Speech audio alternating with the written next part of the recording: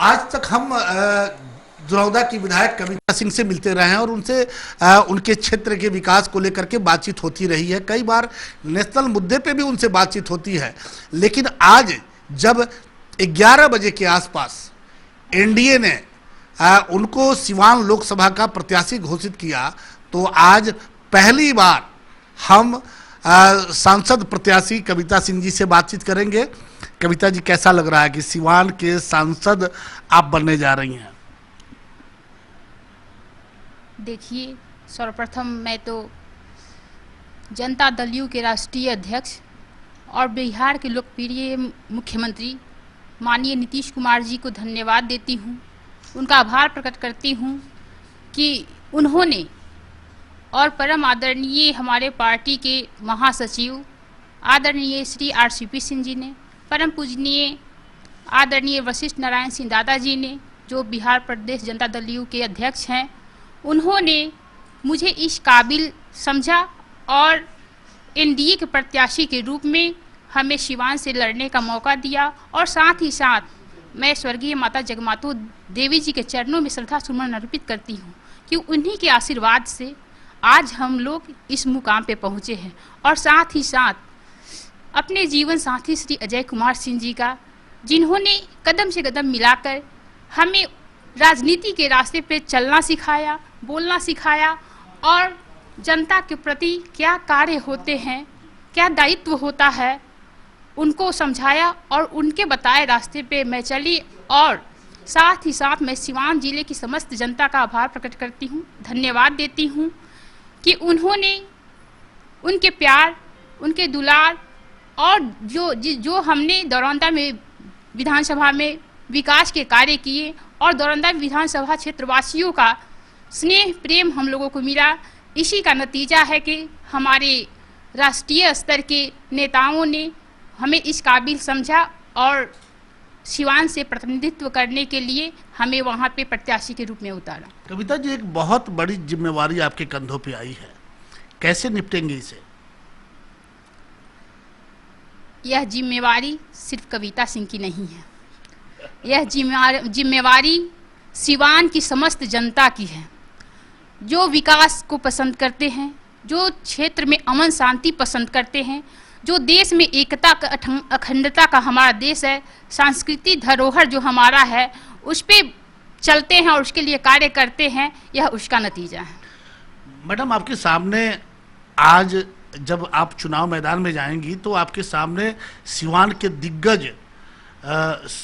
मोहम्मद साहबुद्दीन की पत्नी हिना साहब खड़ी होंगी, उनसे कैसे निपटिएगा? आपने ठीक कहा कि एक तरफ अपराधी साहबुद्दीन की पत्नी खड़ी होंगी और एक तरफ एनडीए के समस्त नेतृत्वकर्ता के बदौलत जिन्होंने मुझे आगे किया और श्री अजय कुमार सिंह जी के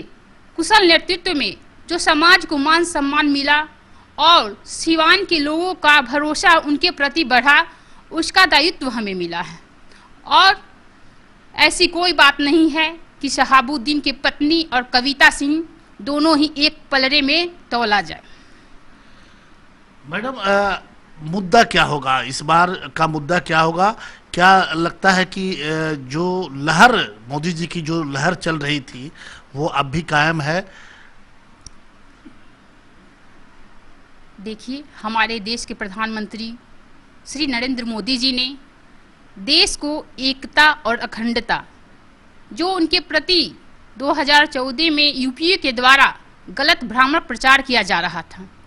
और उस प्रचार को उन्होंने अलग करते हुए एक अपनी छवि पेश की कि समाज के सभी लोग एक साथ रहें और सबका साथ सबका विकास। उन्होंने जो सोचा था वैसा किया और हमारे राज्य के मुख्यमंत्री नीतीश कुमार जी का, जिन्होंने चाहे वो दलित हो, महादलित हो, अति पिछड़ा हो, समाज के अल्पसंख्यक हो, समाज के सभी वर्गों को एक साथ लेकर चलने का कार्य किया, इसके बदौलत हम सिवान वासियों को भरोसा दिलाते हैं कि जैसा नेतृत्व हमारे देश में है, हमारे राज्य में है, जो अमन शांति माननीय मुख्यमंत्री नीतीश कुमार जी ने कानून का राज इस बिहार में 2005 के बाद स्थापित किया, उस कानून व्यवस्था को और समाज के सभी वर्गों को मान सम्मान देते हुए अपने विकास के पथ पर अग्रसर आगे बढ़ते रहेंगे और एक नई मिसाल पेश करेंगे। जो डॉक्टर राजेंद्र प्रसाद जी हमारे देश के प्रथम राष्ट्रपति थे, उनका जो अतीत है वो सिवान जिला जो द्रोणाचार्य की धरती जानी जाती है, एकता और अखंडता का मिसाल जो मौलाना मजरूल हक की कर्मभूमि माना जाता है, एक ऐसा मिसाल पेश होगा कि सिवान वासी उसको याद रखेंगे और उन्हें लगेगा कि कोई ऐसा प्रत्याशी आया है जो हमारे सिवान को शांति कायम रखने के लिए और सिवान के विकास को आगे ले जाने के लिए दिन रात कार्य करता है और उसके बारे में सोचते रहता है। वर्तमान सांसद ओम प्रकाश यादव जी पिछले 2 चुनावों से लगातार और आज भी कहते हैं कि सिवान में जो आतंक राज है उसे समाप्त करने की जरूरत है। आपको क्या लगता है कि वो आतंक राज आज भी कायम है? देखिए, समाज में सभी प्रकार के लोग होते हैं। कुछ दुष्ट प्रवृत्ति के लोग होते हैं जो आपसी एकता और भाईचारों को खत्म करना चाहते हैं। हमें उन व्यक्तियों से लड़ना है और जो अमन और शांति की कामना करते हैं उनके साथ कदम से कदम मिलाकर सिवान में शांति कायम करना है। क्या कहना चाहती हैं, क्योंकि आज पहली बार हम लोग आपसे एक सांसद प्रतिनिधि के तौर पे बातचीत कर रहे हैं, तो क्या कहना चाहती हैं सिवान के लोगों को, किस तरह से अपील करना चाहती हैं कि वो कैसे लोगों को चुने? मैं सिवान की समस्त जनता जनार्दन से यही अपील करूंगी कि आप हम पे भरोसा करें और एनडीए सरकार पे भरोसा करें। जो विकास कार्य देश में चल रहा है, हमारे राज्य में चल रहा है, उस विकास की अविरल धारा को हम लोग सिवान में बहाएंगे और अमन शांति का जो सिलसिला है, कानून व्यवस्था की जो हमारी सोच है माननीय मुख्यमंत्री जी की, उस कानून व्यवस्था के साथ कदम से कदम मिलाकर सिवान वासियों के साथ रहेंगे। यही हमारी अपील है कि और जिस प्रकार हम लोग दरौंदा विधानसभा में एक मिसाल कायम किए हैं, क्योंकि वहाँ पे सभी लोग जानते हैं कि कविता सिंह सिर्फ विधायक नहीं है, वहाँ का एक एक कार्यकर्ता, एक नेता और एक सामाजिक हमारे जो भी जनता जनार्दन है अपने आप को कविता सिंह मानते हैं, अपने आप को अजय सिंह मानते हैं। एक पीछे का हम सवाल करेंगे आपसे कि जब आपकी शादी हुई थी उस समय हम लोग भी उसके गवाह बने हुए थे, पितरपक्ष में हुआ था, और अब लोग ये कह रहे हैं कि भाई कविता सिंह पितरपक्ष में शादी करके कहाँ से कहाँ पहुँच गई, अब तो ये प्रथा को तोड़नी चाहिए। इस पर क्या कहेंगे आप? देखिए,